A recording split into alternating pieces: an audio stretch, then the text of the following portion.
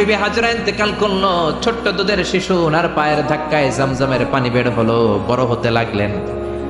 শৈশব পেরিয়ে কৈশোর, কৈশোর পেরিয়ে যৌবন, তাগড়া যুবক। তখন জুরহুম নামক একটা কওমের একটা মেয়েকে তিনি বিয়ে করলেন। বিয়ে করে সুখের সংসার শুরু করলেন আল্লাহর আদেশে। অনেক পরে সৈয়দনা ইব্রাহিম তার কলিজার টুকরা ইসমাইলের বাড়িতে বেড়াতে গেল। কার বাড়িতে? কে গেল বেড়াতে? সৈয়দনা ইব্রাহিম বেড়াতে গেলেন। যাওয়ার পরে দেখে সৈয়দনা ইসমাইল ঘরে নাই। দরজার বাইরে থেকে সালাম দিলেন, আসসালামু আলাইকুম। এটা কিন্তু প্রামাণ্য বর্ণনা দিচ্ছে আমি বুখারী থেকে, বুখারীর বর্ণনা, এটা গল্প না। দরজার বাইরে থেকে সালাম দিলেন, আসসালামু আলাইকুম।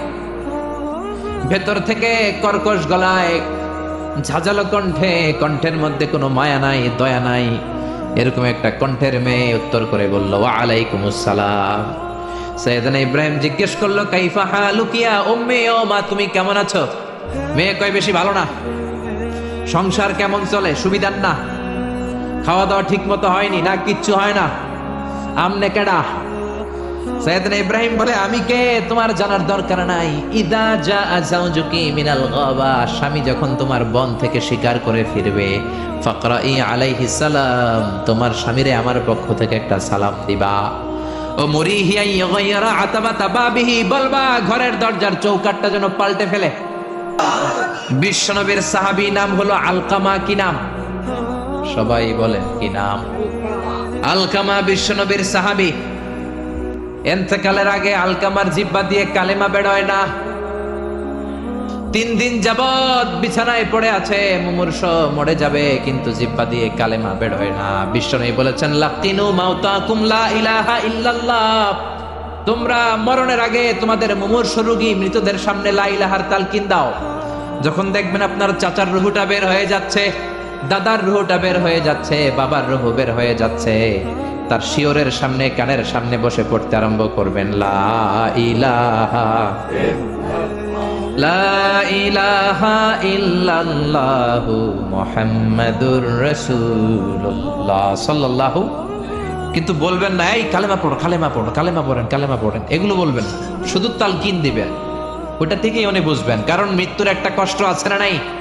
মৃত্যুর যন্ত্রণায় সে অস্থির। আপনি জোরাজুরি করতেছেন কালেমা পড়, সে যদি বলে না পড়বো না, ঝামেলা আছে না নাই? এজন্য কানের সামনে শুধু তালকিন দিবেন। বিশ্বনবী বললেন, লাকিনু মাউতাকুম লা ইলাহা ইল্লাল্লাহ, তোমাদের মৃতদের সামনে, মুমূর্ষদের কানের সামনে শুধু লা ইলাহা পড়বা। ওনার বিবি, ওনার আত্মীয়রা আলকামা নামক সাহাবীর কানের সামনে লা ইলাহা পড়ে, 3 দিন ধরে কালেমা বের হয় না। কখন যেন মরে যায়, বিশ্বনবীর কাছে পাঠানো হলো। বিশ্বনবী সুহাইব আর বেলাল 2 জন সাহাবীকে পাঠালেন। তারা যেও কালেমার তালকিন দিল, কিন্তু মুখ দিয়ে কালেমা বের হয় না। বিশ্বনবী আলকামার বিবিরে ডেকে পাঠালো, বিবি, আলকামার বিবি, তোমার স্বামী কেমন ছিল? বলে, আমার স্বামী অনেক বড় আল্লাহর ওলি ছিল, নামাজ ছাড়তো না, তেলাওয়াত ছাড়তো না, জিকির ছাড়তো না। বিশ্বনবী বললেন, আলকামার বাবা মা কেউ বেঁচে আছে নাকি? বিবি বলে, আলকামার মা বেঁচে আছে, ডাকো। আলকামার মা আসার পরে বিশ্বনবী বললেন, আপনার ছেলে কেমন ছিল? নামাজ পড়তো নাকি, রোজা করতো নাকি, জিকির করতো নাকি? আলকামার মা বলে, সবই করতো। আপনার সাথে কেমন আচরণ করতো? এটা বলার পরে মা আর কথা বলে না, শুধু চোখের পানি ছাড়ে। আলকামার মা বলে, নবী, আলকামার ব্যাপারে আমার মনে অনেক দুঃখ, কোনোদিন আমার কথা শুনে নাই, শুধু বিবির কথা শুনতো, বউরে প্রাধান্য দিত, আমার যত্ন নিত না, আমার কথা বেশি শুনতো না, এজন্য আমার মনে আলকামার ব্যাপারে অনেক জ্বালা। বিশ্বনবী বললেন, আপনার ছেলেরে মাফ করে দেন। রাগের চোটে আলকামার মা বলে, না, আমি মাফ করব না। বিশ্বনবী বললেন, ও সাহাবারা, লাকড়ি আনো, আগুন জ্বালাও, আলকামারে আমরা আগুনের উপর নিক্ষেপ করব। আগুন জ্বালানো হলো, সব সাহাবারা আলকামাকে ধরে আগুনের মধ্যে ফেলবে। ইন দ্য মিন টাইম দুঃখিনী মা বিশ্বনবীর পায়ের সামনে এসে বলে, ও নবী, আমার কলিজার টুকরাটারে আগুনে ফেলবেন না। ও নবী, আমার মনে আর কোনো জ্বালা নাই, আমার মনে আর কোনো দুঃখ নাই। আলকামা তো আমার নার ছেড়া ধন। 10 মাস 10 দিন আমার পেটে ছিল, আমার দেহ থেকে নিউট্রিশন নিয়ে, খাদ্য পুষ্টি নিয়ে আলকামা বড় হয়েছে। বেয়াদবি করেছে, কি হয়েছে? আমি আলকামারে মাফ করে দিলাম গো নবী। আলকামার মা, আলকামা শিওরের সামনে দাঁড়িয়ে যখন মাফ করার ঘোষণা দিয়েছে, বিশ্বনবী সাক্ষী, সাহাবারা দাঁড়িয়ে আছে। আলকামা চিৎকার করে পড়তে আরম্ভ করলো, লা ইলাহা ইল্লাল্লাহু মুহাম্মাদুর রাসূলুল্লাহ সাল্লাল্লাহু আলাইহি ওয়াসাল্লাম। আল কালিমা তাইয়্যিবা চিৎকার করে পড়ার সাথে সাথে তার রূহ কবজ হয়ে গেল। চিল্লায় পড়েন আল্লাহু আকবার। এজন্য মায়ের দোয়া বড় দোয়া, বাবার দোয়া বড় দোয়া। মা বাবা দোয়া করলেও কবুল, বদদোয়া করলেও কবুল। মা বাবার শুধু যদি দোয়াটাই কবুল হতো তাহলে টেনশন নাই, দোয়া করে না তো কি হয়েছে। কিন্তু বদদোয়া করলেও কবুল করে নেয় কে? আল্লাহ। দোয়া করলেও কবুল, বদদোয়া করলেও। সাইয়েদনা ইব্রাহিম আলাইহিস সালাম সাইয়েদনা ইসমাঈল আর হাজরাকে, আরবিতে নাম হলো হাজার, রেখে গেলেন মক্কায়। ওনার বিবি হাজরা ইন্তেকাল করলো, ছোট্ট দুধের শিশু ওনার পায়ের ধাক্কায় জামজামের পানি বের হলো, বড় হতে লাগলেন। শৈশব পেরিয়ে কৈশোর, কৈশোর পেরিয়ে যৌবন, তাগড়া যুবক। তখন জুরহুম নামক একটা কওমের একটা মেয়েকে তিনি বিয়ে করলেন। বিয়ে করে সুখের সংসার শুরু করলেন আল্লাহর আদেশে। অনেক পরে সাইয়েদনা ইব্রাহিম তার কলিজার টুকরা ইসমাইলের বাড়িতে বেড়াতে গেল। কার বাড়িতে? কে গেল বেড়াতে? সাইয়েদনা ইব্রাহিম বেড়াতে গেলেন। যাওয়ার পরে দেখে সাইয়েদনা ইসমাইল ঘরে নাই। দরজার বাইরে থেকে সালাম দিলেন, আসসালামু আলাইকুম। এটা কিন্তু প্রামাণ্য বর্ণনা দিচ্ছি আমি বুখারী থেকে, বুখারীর বর্ণনা, এটা গল্প না। দরজার বাইরে থেকে সালাম দিলেন, আসসালামু আলাইকুম। ভেতর থেকে কর্কশ গলায়, ঝাঁঝালো কণ্ঠে, কণ্ঠের মধ্যে কোনো মায়া নাই, দয়া নাই, এরকম একটা কণ্ঠের মেয়ে উত্তর করে বলল, ওয়া আলাইকুমুস সালাম। সাইয়েদনা ইব্রাহিম জিজ্ঞেস করলো, কাইফা হালুকি ইয়া উম্মি, ও মা তুমি কেমন আছো? মেয়ে কয়, বেশি ভালো না। সংসার কেমন চলে? সুবিধার না, খাওয়া দাওয়া ঠিক মতো হয়নি না, কিচ্ছু হয় না। আমনে কেডা? সাইয়েদনা ইব্রাহিম বলে, আমি কে তোমার জানার দরকার নাই। ইদা জাআ যাওজুকি মিনাল গাবা, স্বামী যখন তোমার বন থেকে শিকার করে ফিরবে, ফাকরাই আলাইহিস সালাম, তোমার স্বামীরে আমার পক্ষ থেকে একটা সালাম দিবা। ও মুরিহি আন ইয়াগায়্যিরা আতাবাতা বাবিহি, বলবা ঘরের দরজার চৌকাঠটা যেন পাল্টে ফেলে। সাইয়েদনা ইব্রাহিম চলে গেলেন। বিকেল বেলা জঙ্গল থেকে শিকার করে সাইয়েদনা ইসমাইল ঘরে ফিরলেন। ঘরে ফেরার পর বিবি বলে, একটা বুড়া আইছিল। বুড়া কে আইছিল? সাইয়েদনা ইসমাইল বলে, বুড়া? বুড়া মানুষ আবার আমার ঘরে আসবে কেন? কেন আসছে? আপনারে সালাম দিছে। ওয়া আলাইকুমুস সালাম। আর কি বলছে? বলেছে আপনি যেন ঘরের দরজার চৌকাঠ পাল্টে ফেলেন। ও মিয়া, চোর বোঝে চোরের সিগন্যাল, পুলিশ বোঝে পুলিশের সিগন্যাল, নবী বোঝে নবীর সিগন্যাল, ঠিক কিনা? সাইয়েদনা ইসমাইল তো বুঝে ফেললেন, কিরে ঘরের দরজার চৌকাঠ পাল্টে ফেলো, এরকম রূপক কথা, মেটাফরিক্যাল ইঙ্গিত দুনিয়ার সাধারণ মানুষ দিতে পারে না। চিৎকার দিয়ে বিবিরে বললেন, ও কপাল পুড়ি, তুই কি করলি? নিজের কপাল পুড়লি, নিজের কপালে নিজে কুড়াল দিলি। যেই লোকটারে বুড়া বুড়া বলে সম্বোধন করলি, ওই লোকটার কেউ নয়, আমার জন্মদাতা পিতা, এই জামানার সবচেয়ে বড় পয়গম্বর ইব্রাহিম খলিল। আমার বাবা যে সিগন্যাল দিয়েছে এটা তো গ্রিন সিগন্যাল না, এটা রেড সিগন্যাল। তার মানে তোর তালাক দিতে বলেছে, গেট আউট, গেট আউট, ডিভোর্সিও তালাক দিয়ে দিলাম, যা।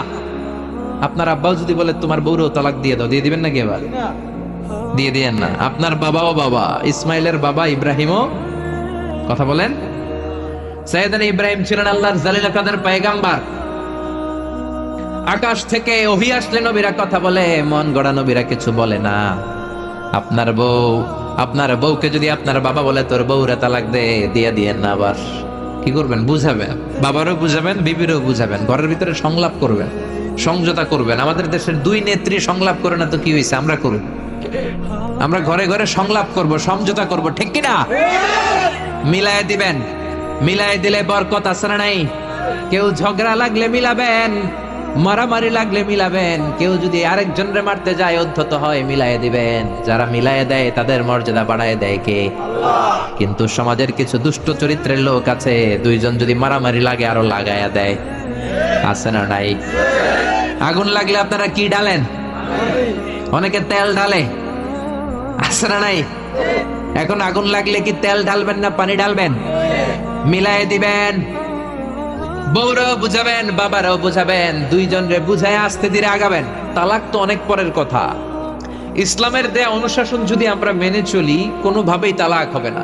স্বামীকে আল্লাহ কিছু দায় দায়িত্ব দিয়েছেন, স্ত্রীকে আল্লাহ কিছু দায় দায়িত্ব দিয়েছেন।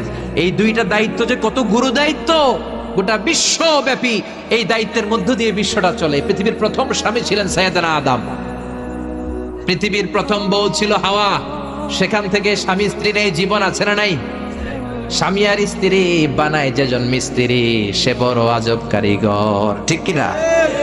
স্বামী আর স্ত্রী বানায় যেজন মিস্ত্রি, সে বড় জটিল কারিগর। এজন্য এই সম্পর্কটা বড় ভয়ঙ্কর সম্পর্ক, এটাকে মিলিয়ে রাখতে হবে। তালাকের সিস্টেম হচ্ছে, প্রথমে আপনি ফাইযুহুন্না, কোরআন বলে আপনি প্রথমে স্ত্রীকে ওয়াজ করবেন। ঝগড়া হলে কি করবেন? ঘরে ওয়াজ নাই, আছে মারামারি, আটকি লাগিলে ওয়াজ করবেন, ওয়াজেও কাজ হচ্ছে না, বুঝানোর চেষ্টা করবেন, বুঝে না। এরপরে আল্লাহ বললেন ওয়াহজুরুহুন্না ফিল মাদাজি', বিছানা আলাদা করে দাও, তুমি এক রুমে ঘুমাবা, তোমার বিবিরে দিবা আরেক রুম। কিছুদিন বিচ্ছেদ চললে ওই বিবির অন্তরে ভালোবাসা তৈরি করে দিবে কে? সুবহানাল্লাহ পড়েন। এখন ওয়াজ করলেন, বুঝাইলেন, বুঝে না। বিছানা আলাদা করলেন, তাও শোনে না।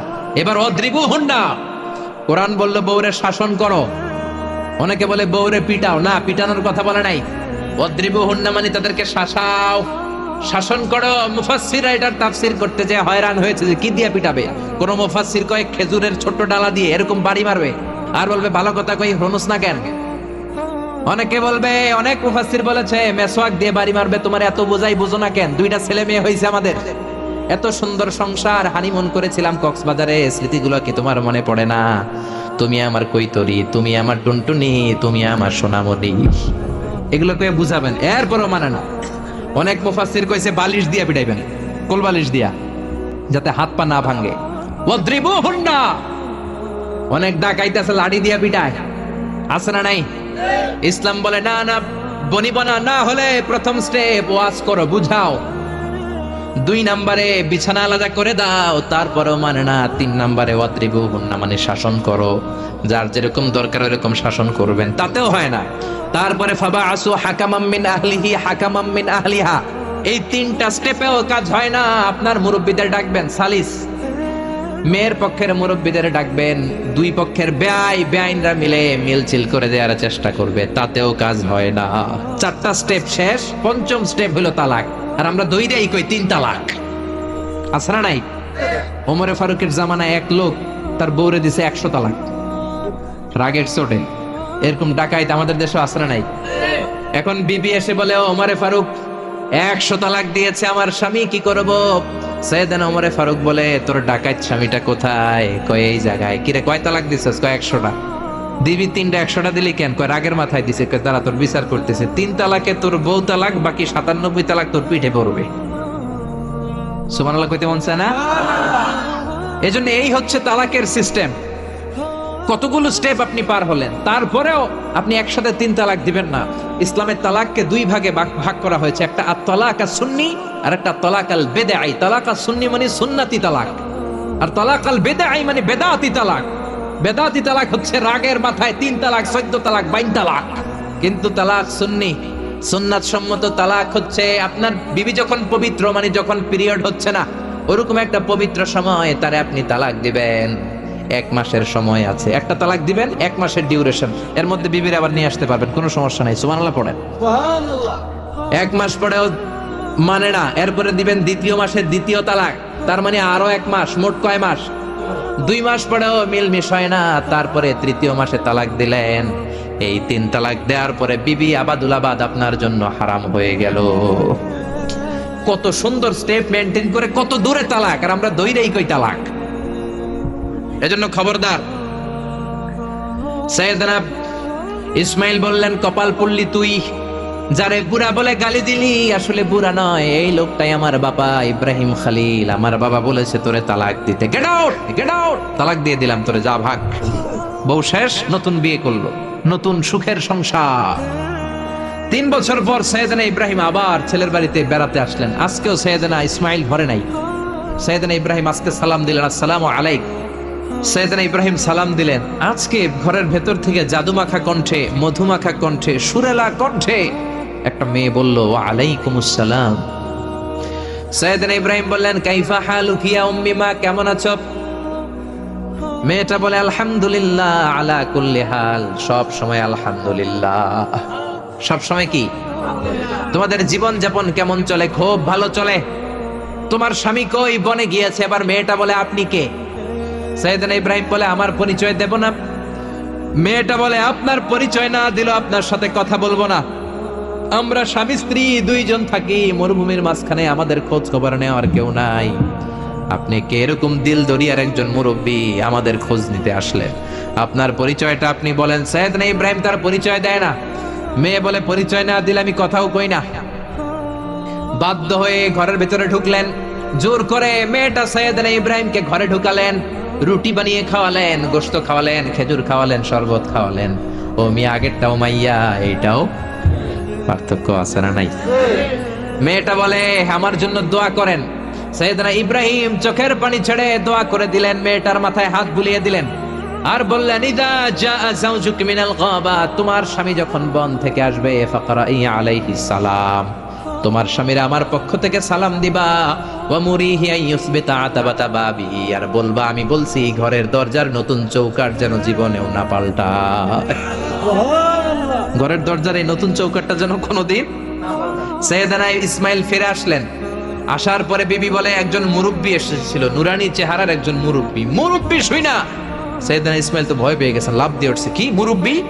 কেমন আচরণ করেছিলি বল? কারণ আগের একটা তিক্ত অভিজ্ঞতা আছে না নাই? ভাবছে আজকেও কোনো গন্ডগোল হলো নাকি। বিবি বলে না, আপনি রাখবেন না, আপনি চিন্তিত হবেন না। আমি অনেক আপ্যায়ন করেছি, অনেক সাদর সম্ভাষণ দিয়েছি। উনিও আমার মাথায় হাত বুলিয়ে চোখের পানি ছেড়ে ছেড়ে আমার জন্য দোয়া করেছে, আর আপনারা সালাম বলেছে, আর আপনাকে বলতে বলেছে ঘরের দরজার নতুন চৌকাঠটা যেন জীবনেও কোনোদিন না পাল্টা। সাইয়েদনা ইসমাইল আল্লাহু আকবার বলে চিৎকার করে উঠলেন, বিবিকে বুকে জড়িয়ে ধরলেন, বললেন ও বিবি, তুই তো গোল্ডেন এ প্লাস। তুই কি? তুই তো গোল্ডেন এ প্লাস, তুই তো 100-তে 100 পাইলি। তোর কপালটা নুরানি হয়ে গেল, উজালা হয়ে গেল।